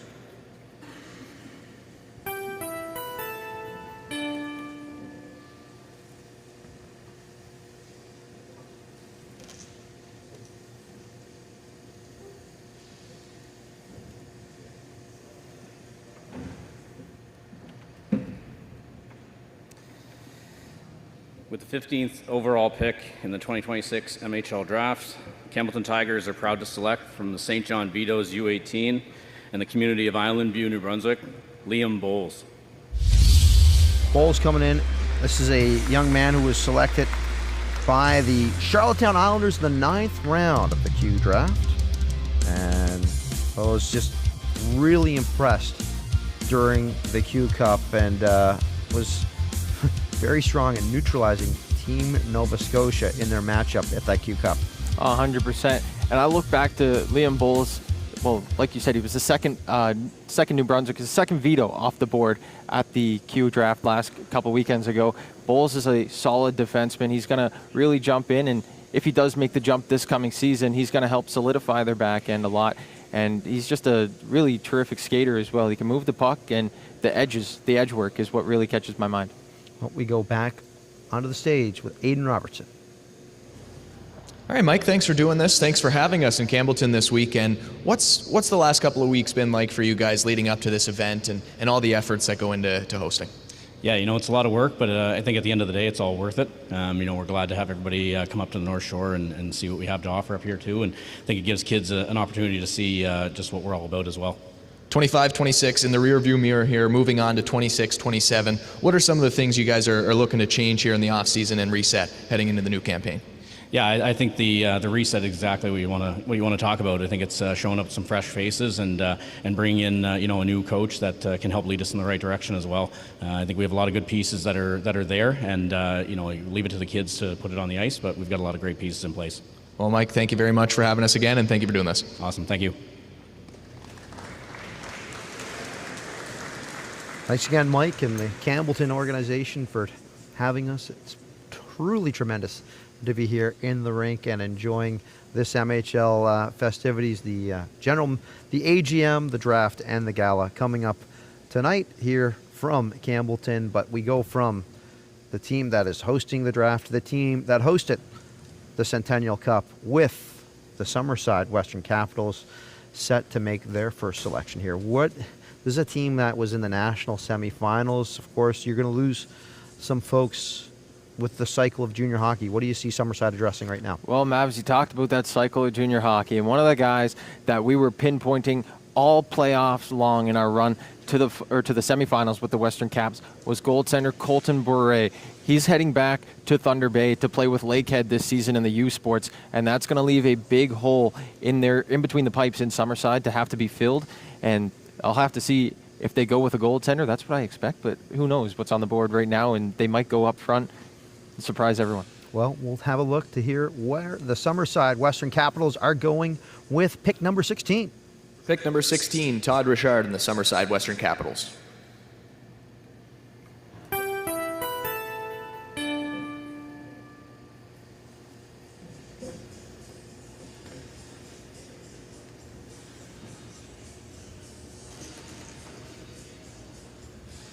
Looks like the DJ showed up.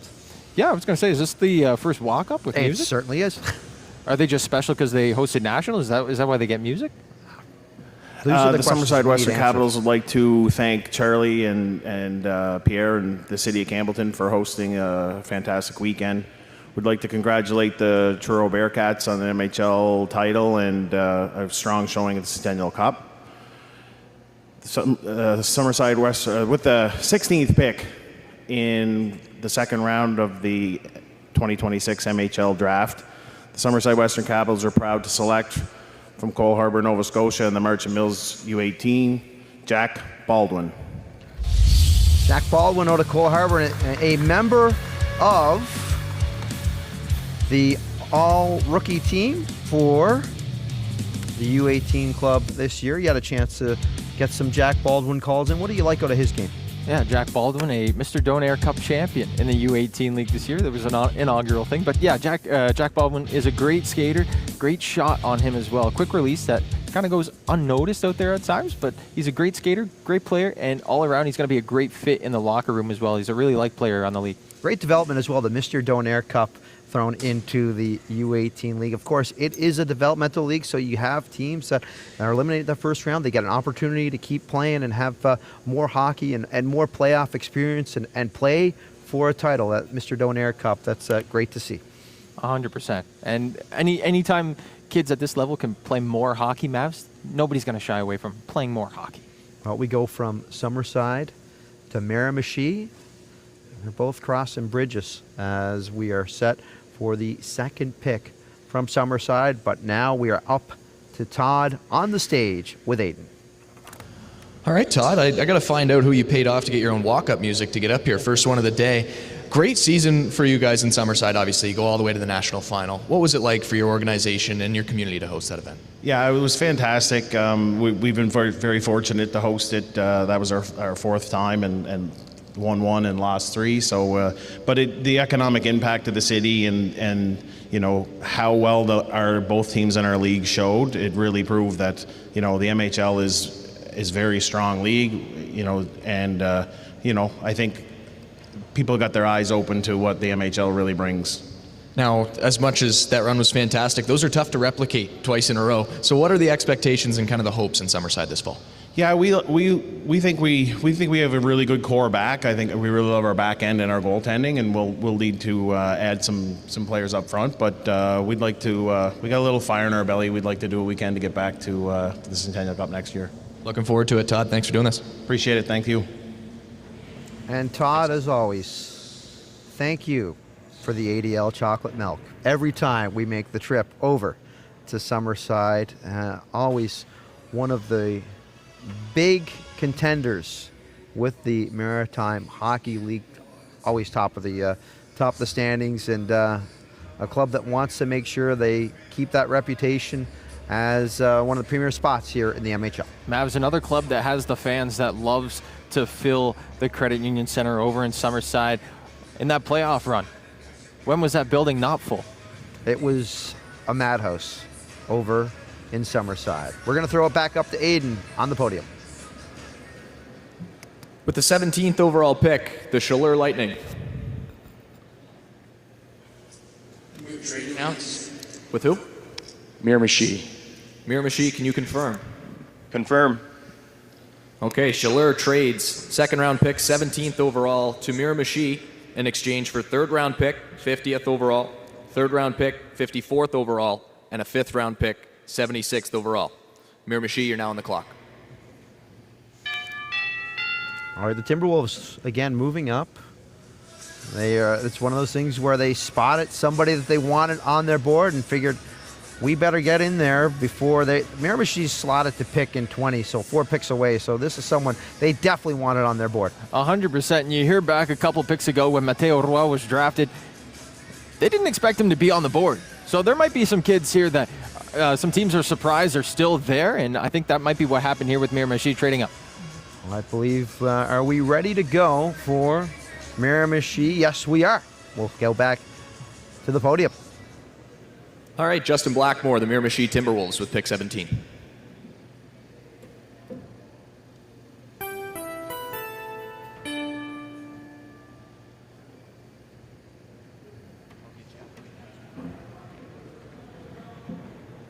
With the 17th pick of the 2026 MHL Draft, the Miramichi Timberwolves are proud to select from the Steel Subaru and the community of Bedford, Nova Scotia, Alistair McPhee.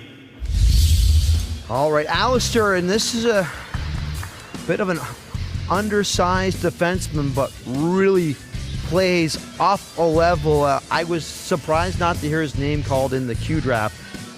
Heard great things about Alistair McPhee. I've seen him play, and I think this is an opportunity for him to really jumpstart that junior career. Yeah, see, I think the one thing that shied scouts away from Alistair McPhee was the size at the Q Draft, but this is a kid that isn't going to let that size define his game. He's going to go into the corners. He's an offensive defenseman, like you said as well. He plays up. He doesn't just play up a level, but he plays up into the rush. He plays up into the forecheck as well, and Alistair McPhee has a great shot. He can move across the blue line, walk the line, so they say this guy's going to be a great fit. And Alistair has great composure. I know this. His mother is a yoga instructor and has taught him the zenness of it to make sure that everything stays calm and be like water. There you go. There you go. I believe we're going to go from Miramichi and talking about the zen and calm to Truro, where it was an absolute madhouse in the finals, back up to Aiden Robertson.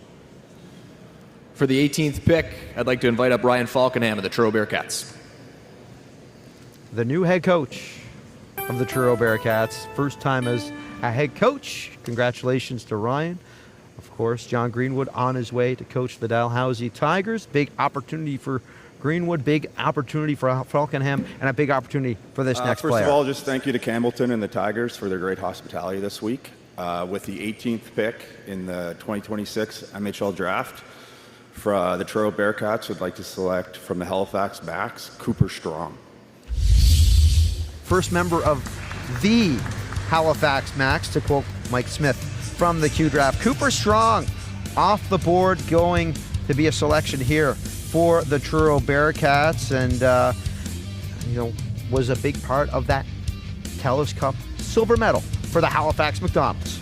Yeah, this Halifax Max team, Mavs, it was so deep, and you could pick anybody on this team to make a difference, but Cooper Strong, just over a point per game. And when you're a point per game player at this level in U18, it really shows your consistency and your drive to make yourself better and compete every night. Cooper Strong was out there every game making something happen, and it just shows. Well, it's going to show with Ryan Falkenham standing by with Aiden Robertson, the new head coach of the Truro Bearcats. All right, Ryan, congratulations on the new position, head coach of the Bearcats, and congratulations on starting the draft with that big, beautiful trophy at your table, winning the MHL Cup. Talk to me about the experience for that group this season and the run all the way winning the MHL Cup. Yeah, I think it started last year. We had a rough start to the year and came in this year, had some good returning guys, and they were tight and just worked together, and we just built throughout the year, and we were able to do it. You've been a part of this organization for a couple of years now, working under John Greenwood. Now you get the promotion to the head honcho, the bench boss. What was it like working underneath him, and what did he teach you to prepare you for this role? John was great, very collaborative. We worked really tightly together just to kind of come up with everything.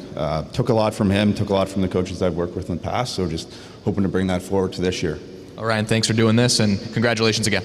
Thank you. Here's what they all play for. The big trophy, and shout out to the Truro Bearcats not breaking it in the trophy celebration, unlike the Edmonton Blizzard 2 years ago. The only thing that broke that night was the glass. That's right, and shout out to the kid who fell on the ice, took the bump like a champ, a little shaken up, but everyone went over to congratulate him on being a fine representative of a passionate fan, breaking through the glass and wanting to be out there on the ice for the championship celebration. And what a celebration it was, Dayton. Oh my. It was the first night that playoff run that the Rath Center really felt alive, but it felt electric in there. There was a buzz, there was really a feeling in that rink that you can't replicate, and it was great for the Bearcats to be able to pull it off in front of their fans at home. Well, we go from talking about a championship to talking about West Kent looking to build something on the shores there, New Brunswick. Back up to Aiden with the pick. With the 19th overall selection, I'd like to invite up Cody Anthony of the West Kent Steamers.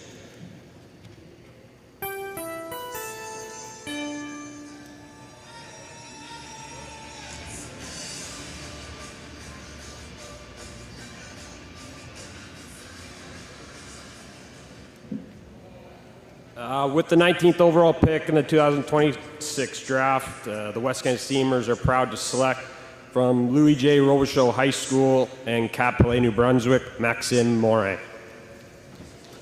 So Morin, the first pick that was taken out off New Brunswick High School, it was an AP with the Moncton Hawks, or Moncton Flyers, beg your pardon, with the Moncton Hawks. So his U18 performance, he had the most assists and most points in U15, beg your pardon, in 2023-24, and then decided to go on and play high school hockey. This is an opportunity here to go back into this junior hockey pipeline. Yeah, definitely. And just because he played high school hockey doesn't mean he's an unskilled player. Doesn't mean he doesn't have the skills to move forward in the MHL. High school hockey, especially in New Brunswick, is definitely different than what it is in Nova Scotia and in PEI. But Maxime Morin is going to be a big stepping stone here for the Kent Steamers to move forward. Well, back onto the stage with Aiden Robertson. All right, Cody, picking out a high school here. Maxime, what do you like in the player?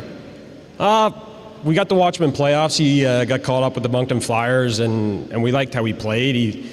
He's a lot more to his game than people probably know. We kind of see him as a hidden gem, and especially being a local guy from Cap Pelé, we like what he brings to our team. What can we expect for West Kent moving into what looks like it's going to be another tough season in the Eastlink North Division? Yeah, it's always tough, which is a testament to our league and especially our division. I mean, at the end of the day, we have a good returning group coming back. We have a lot of guys that have been in our organization through this draft for a couple of years now, so I think you can expect good things from West Kent. Cody, thanks for doing this. Thank you. Thanks, Cody. And again, with West Kent, Morin making the most of opportunities when called upon.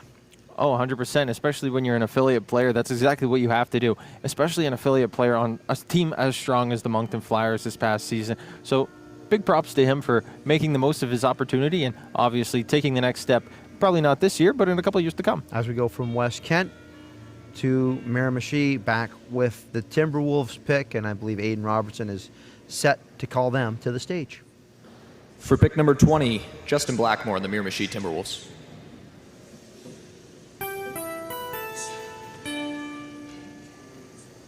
Miramichi, who moved up to take Alistair McPhee. Let's see who they will have here at number 20. With the 20th pick of the 2026 MHL Draft, the Miramichi Timberwolves are proud to select from the O'Neill Nissan Growlers in the community of St. John's, Newfoundland, Jack Davis. Another Newfoundlander moving towards the Maritime League, and another member of the Montreal Meltdown Draft Prospects Ireland, the luck of the Irish be with Jack Davis. Yeah, it's definitely another one of these picks that is a little bit off the board. No, I shouldn't say off the board, but Jack Davis isn't someone that I would have expected them to pick at this pick, but like I said about those Newfoundlanders can play, and when they're called upon, they're definitely going to be ready. Well, we're going to call upon Aiden Robertson, who's always ready. All right, Justin, busy man here, third time up to the stage to make the selections. What do you like of the picks? We're really happy with the selections, especially on the back end. We got Marc-Olivier Ouellette, who's definitely a very steady defenseman that will have probably a successful junior A career in the future. And then we met our offensive needs on the back end with Alistair McPhee. He had a really good season with Steel Subaru. And then Jack Davis definitely stood out for us at Atlantics and St. John. I think he's definitely probably going to go back and play for Nissan as they're hosting the Atlantics. But other than that, we see great potential in him and the other two players as well. So we're very happy with the selections. Always nice to add to the prospect pool. Would you say this is a big summer and a big season for Miramichi to take a step forward? Definitely, yeah. We have a lot of fresh faces coming in. We're looking to turn things around for sure. We definitely had a rough go last year, but we're definitely excited for the season coming up. Looking forward to it, Justin. Thank you. Thank you so much. Thanks, Justin. Thanks, Aiden. And from Miramichi, we're going to get our first look at the Pictou County Crushers here in this draft. They did make a move out of the first round. Dayton, Pictou County, what can we expect here?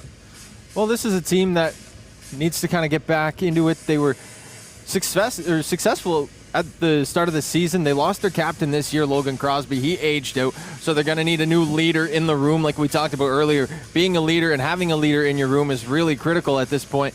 But I think the Crushers are really looking forward to picking someone probably on the back end, possibly a forward, but I look for their defense to go, and there's a couple of kids from Pictou County, possibly. Well, Pictou County is known for more than just their pizza now. They're known for their puck. They've been playing some great hockey down in that region for a long time. Throw it back to Aiden on the stage.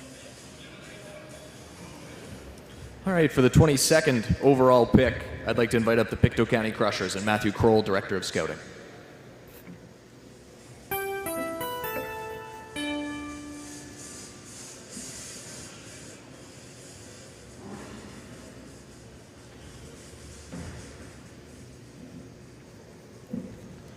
Alrighty, so first of all, I'd like to thank the City of Campbellton and the Campbellton Tigers for the hospitality. The Pictou County Weeks Crushers are proud to select from the Halifax McDonald's Nash Haverstock. Another member of that Telus Cup, silver medalist, Halifax McDonald's. What do you like with Nash? Nash is a smaller guy, Mavs, but he's just like Alistair McPhee. He's not going to let that turn him away from the bigger guys on the ice, turn him away from the dirty areas. He's able to lay some bumps, and he's able to take it at the same time. So Nash Haverstock, he's going to be great for the Pictou County Crushers here in the near future. Prime example of make a hit, make a play on that little clip there. We throw it back up to Aiden on the stage. All right, Matt, long wait to get Pictou up here, but we finally have the chance to talk to you. You stay within the province with your first pick here. What do you like in Nash? No, absolutely. We kind of love that he's an all-around player. We love the energy that he brings and kind of the upside that we see in him in the next couple of years to really kind of make an impact in our lineup. You guys had a strong team, and in the regular season in particular, you could go toe-to-toe with anybody in the division and in the league. What can we expect from the Crushers in the fall? Yeah, no, for sure. Like we're going to make a run here again and try and get back into the finals. On top of that, with this draft, we really want to build a really good foundation so that we can keep making good playoff pushes. All right, Matt, thank you very much. Thank you. Thanks, guys. And now, and the Halifax McDonald's representatives. We were talking up the Moncton Flyers, and Cliff Blair said, well, hold on now. We got to get some Halifax McDonald's representation in here. So we've got ourselves some Macs on the board. Oh, 100%. And it's going to be good for Nash Haverstock to take this into his career and use it as a stepping stone. Not sure if he's going to be jumping right into the fold right away, but this is a kid that if he gets a couple more years development, especially with that Max team, Mavs, it's going to do some wonders. So we go back from Pictou over to the Yarmouth Mariners, set pick number 23 as we're coming close to the end of the second round. For the 23rd overall selection, I'd like to invite back up the Yarmouth Mariners.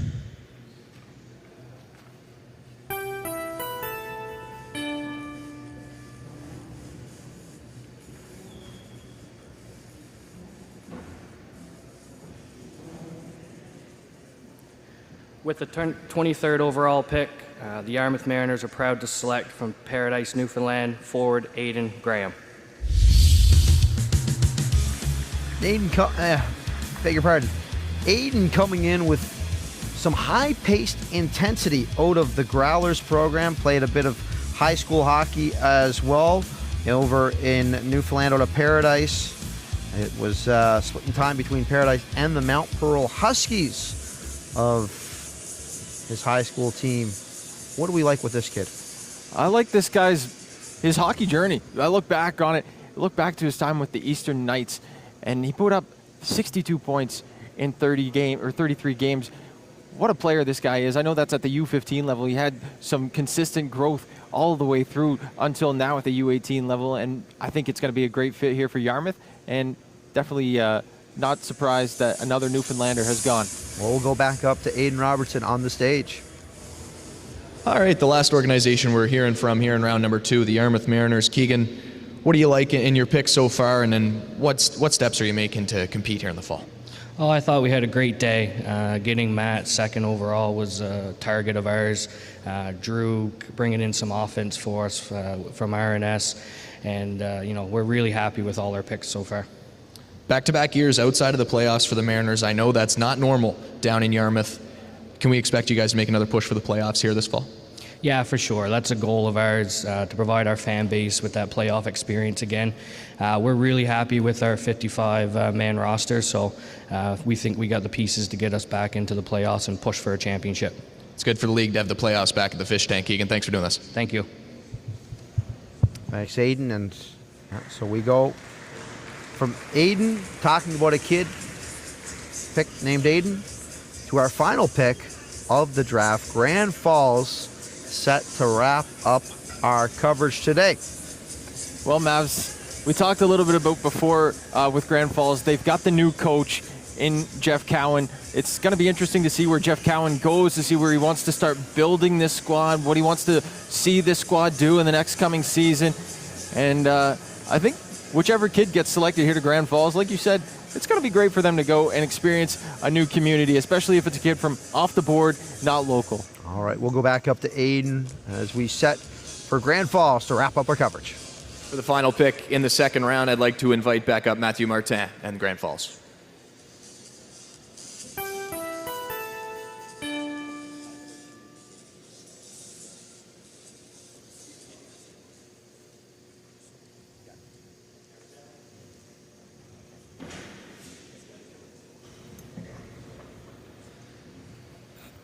With the 24th pick of the 2026 draft, the Grand Falls Greenfoot Rapids are proud to select from the Fredericton Caps in the city of Fredericton, Reese Dickinson.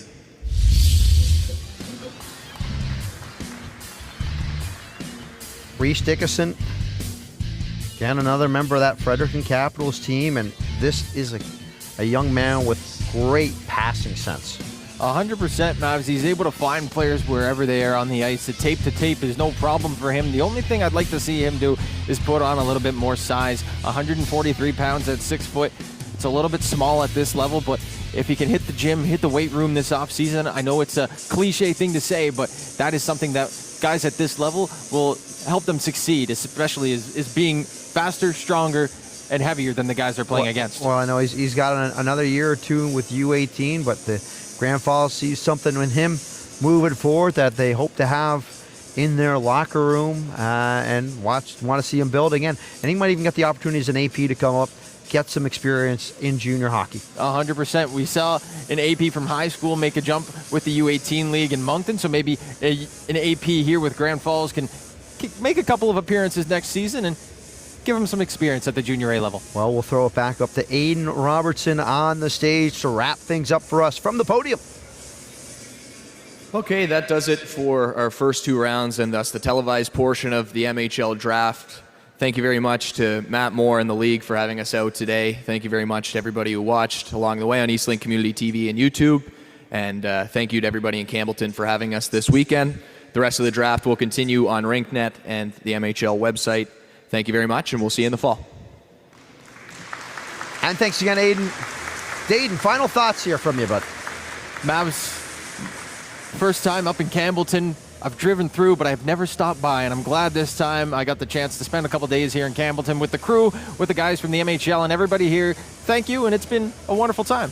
Well, I want to thank everyone from the Maritime Hockey League who made this experience so much fun, and for all of us from Eastlink Community TV. And again, congratulations to the kids that had their name called here today in the first 2 rounds. And we also have even more. Keep an eye on the MHL.ca to see the names that are going to be called for the local communities moving forward, the Maritime Hockey League. And before you know it, we'll be back in the rinks covering the Q, the MHL, and so much more hockey and sports around with Eastlink. Make sure you're part of the Eastlink Magical Mystery Sports Tour. You want to make sure you're subscribed to get all of our coverage throughout the year. Thanks for watching on YouTube. Thanks for watching on Eastlink. And thank you here on the shores of the Restigouche from Campbellton for the 2 rounds of the Maritime Hockey League Draft. We will see you in the fall when this concrete floor is turned back to ice.